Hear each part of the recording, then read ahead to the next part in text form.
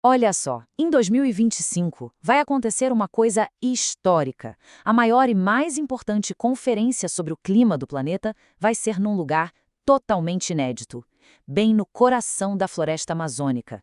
Vamos entender juntos o que é essa tal de COP30 e por que o lugar onde ela vai acontecer muda tudo. Essa é a grande pergunta, né? E a resposta, acredite, vai muito além do simbolismo. Escolher Belém do Pará como sede coloca a maior floresta tropical do mundo e o destino dela bem no centro do palco global. Tá, vamos pro básico primeiro para todo mundo ficar na mesma página. Como a gente vê aqui, a COP30 vai reunir líderes do mundo todo em novembro de 2025, lá em Belém. Mas o ponto que realmente importa é este. É a primeira vez que a Amazônia cedia um evento desse porte.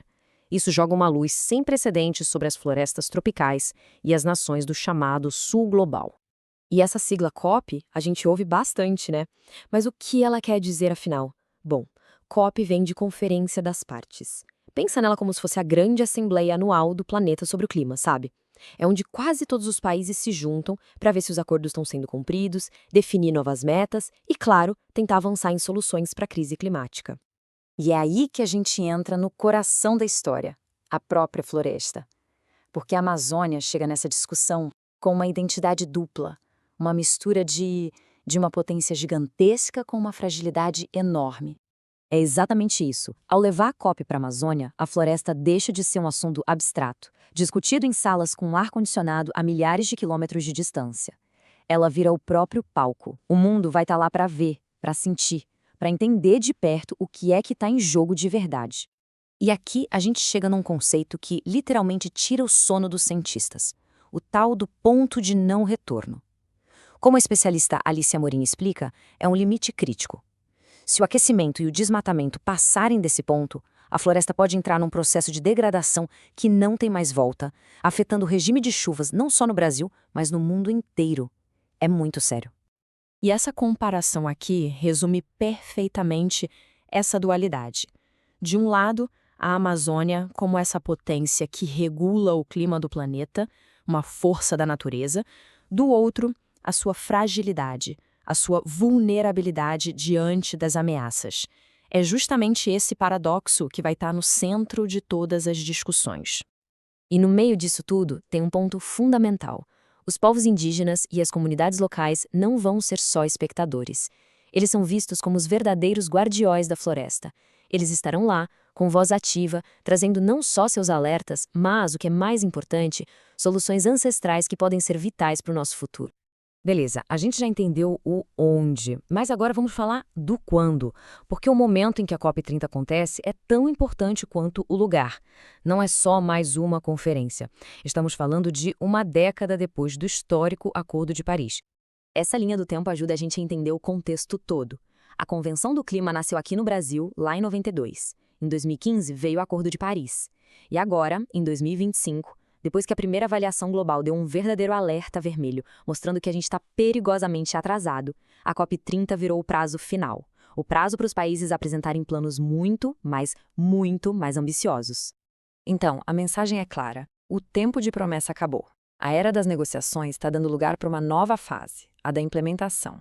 A expectativa é que o debate mude do o que a gente tem que fazer para o como a gente vai fazer. E agora, vamos focar no dono da casa, o Brasil. Porque o Brasil chega nessa COP sendo um reflexo perfeito, um microcosmo das contradições que o mundo inteiro enfrenta quando o assunto é clima. De um lado, o Brasil tem um portfólio de dar inveja, uma matriz energética que é uma das mais limpas do mundo, metas climáticas ousadas e já provou no passado que consegue sim reduzir o desmatamento drasticamente quando existe vontade política. Só que do outro lado da moeda, os desafios são enormes. A economia ainda depende bastante da exportação de petróleo, as emissões dos transportes são um problema crônico e existe uma discussão fortíssima sobre expandir ou não a exploração de combustíveis fósseis. E essa frase da Alicia Amorim, nossa, ela resume o dilema brasileiro de uma forma brilhante. O desafio não é só avançar, é também proteger o que a gente já tem de bom. É uma luta para não sujar uma matriz energética que já é um exemplo para o mundo. E tudo isso, claro, acaba desembocando na questão mais espinhosa de todas as COPs que em Belém vai ser central, o dinheiro. Como é que a gente financia a transição para um futuro mais seguro? E quando a gente fala em dinheiro, a escala é absurda. Pode esquecer a casa dos bilhões. A conversa agora é na casa do trilhão. A estimativa mais recente é de 1,3 trilhão de dólares por ano. É esse o tamanho do investimento que o mundo precisa fazer. E para entender por que esse número novo é tão importante, a gente tem que olhar para trás. A meta antiga de 100 bilhões de dólares por ano que os países ricos prometeram nunca foi cumprida de verdade. Isso, claro, criou uma crise de confiança gigantesca que agora precisa ser superada. E é aqui que o Brasil está botando uma ideia inovadora na mesa. É o fundo TFF. Pensa nele não como um cofrinho que precisa de doação todo ano, mas como um grande fundo de investimento. A ideia é que ele seja tão grande que consiga gerar os seus próprios rendimentos, tipo juros. E são esses rendimentos que seriam usados para pagar os países que conservam suas florestas. Isso cria um ciclo que se sustenta sozinho. Bom, e no final das contas, o que fica? Qual o legado que uma COP na Amazônia pode deixar para o mundo depois que todo mundo for embora? O impacto pode ser muito maior do que só os papéis assinados. Uma palavra-chave para esse legado é esta aqui: bioeconomia.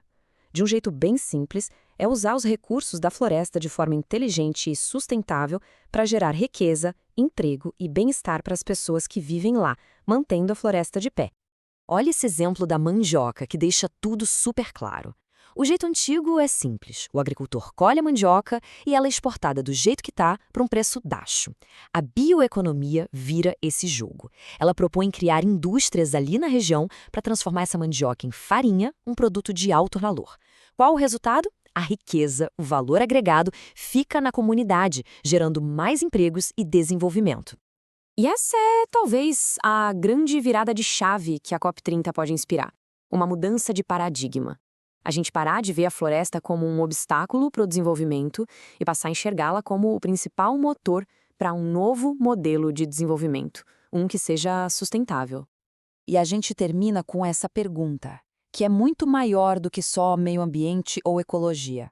A COP30 não é só sobre salvar a floresta. É sobre o que a floresta pode nos ensinar sobre o futuro da economia global. A grande questão é: será que o mundo está pronto para ouvir essa lição?